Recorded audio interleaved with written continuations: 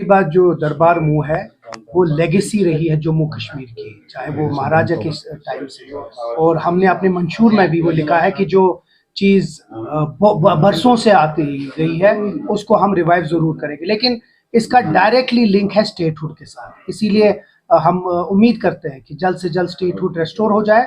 उसके बाद जो रिवायती तौर पे दरबार मूव हुआ करते थे, जहाँ जम्मू के लोग कश्मीर और कश्मीर के लोग जम्मू जाते थे और एक एक एक रिलेशन बनता था जम्मू और कश्मीर में, वो हम फिर से रिवाइव करते हैं। जिस तरह बीजेपी ने उसको, उस रिलेशन को, उस धागे को तोड़ा है, हम उसको किसी तरीके से वापस जोड़ना चाहते हैं ताकि जम्मू और कश्मीर फिर से वो एक बन जाए। और उस पर कार्रवाई चल रही है, जल्द से जल्द स्टेटहुड आ जाए, उसके बाद उसका भी रेस्टोरेशन। उमर साहब का जो दिल्ली का दौरा रहा, काफी पॉजिटिव खबरें उसके बाद आ रही हैं। खासतौर ये बताया जा रहा है कि महाराष्ट्र के चुनाव के बाद जो है स्टेटहुड रेस्टोर हो सकता है। क्या तब तक दरबार मूव वेट करना पड़ेगा उसके लिए, या उससे पहले? देखिए, उम्मीद तो हम करते हैं जल्द से जल्द हो।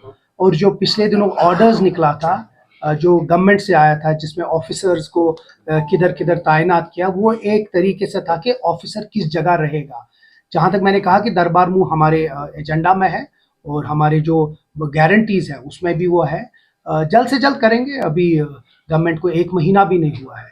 मैं समझ सकता हूँ कि लोगों की उम्मीदें बहुत ज़्यादा हैं, समझ सकते हैं कि लोग चाहते हैं जल्द से जल्द हो, बट ये मैंडेट 5 साल का है और उस 5 साल में बहुत कुछ करने को है। और उन 12 गारंटीज को भी और 26 जो वादे हैं उनको पूरे करने के करेंगे, आस्ते आस्ते करेंगे।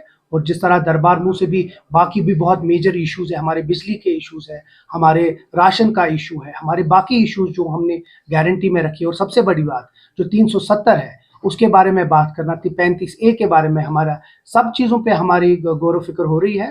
जल्द से जल्द उस पर भी कार्रवाई।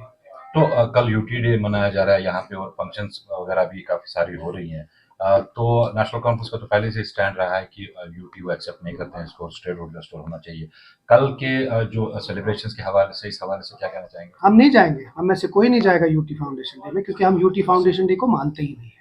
हम ये समझते हैं कि जो हमारे साथ छीना गया 2019 में वो गलत था, बेबुनियाद था, अनकॉन्स्टिट्यूशनल था और इमोरल था। और हम चाहते हैं कि जल्द से जल्द जम्मू कश्मीर को उसका स्टेटहुड हो जाए, ताकि हम अपना स्टेट अच्छे से एंजॉय करें, जिस तरह बाकी जो रियासत है जम्मू कश्मीर के।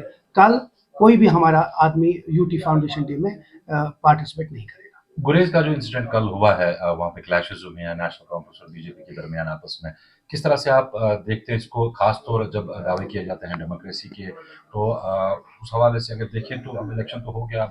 ये मुझे लगता है ये बीजेपी की बौखलाहट है। उनके जो वर्कर्स हैं चंद वहाँ, उन लोगों ने पथराव या कुछ हुल्लड़बाजी की थी। जो हमारे वहाँ के ऑनरेबल एमएलए हैं नज़ीर गुरेजी साहब, वो जा रहे थे, उनको उनका इस्तकबाल हो रहा था, तो शायद उनसे वो बर्दाश्त नहीं हो पाया। तो इसीलिए हम अपील करते हैं पुलिस को कि इमीडिएटली ऐसे लोगों को अरेस्ट किया जाए। और अब नज़ीर गुरेजी साहब हर किसी के एमएलए हैं, वो सिर्फ एक इलाके के नहीं है, लेकिन कुछ लोग हैं जो शायद ये बर्दाश्त नहीं कर पा रहे हैं। उसी तरह बाकी जगहों पे भी यही हो रहा है। हम नसीहत करते हैं अपोजिशन को कि ऐसा ये जो हरबे हैं ये ना अपनाएं। हम हर किसी का बहबूदी चाहते हैं, हर किसी का डेवलपमेंट चाहते हैं। हर एक जो वोटर है, हर एक जो नॉन वोटर है, उसको भी हमारा फर्ज बनता है काम करना, और हम वो करते रहेंगे।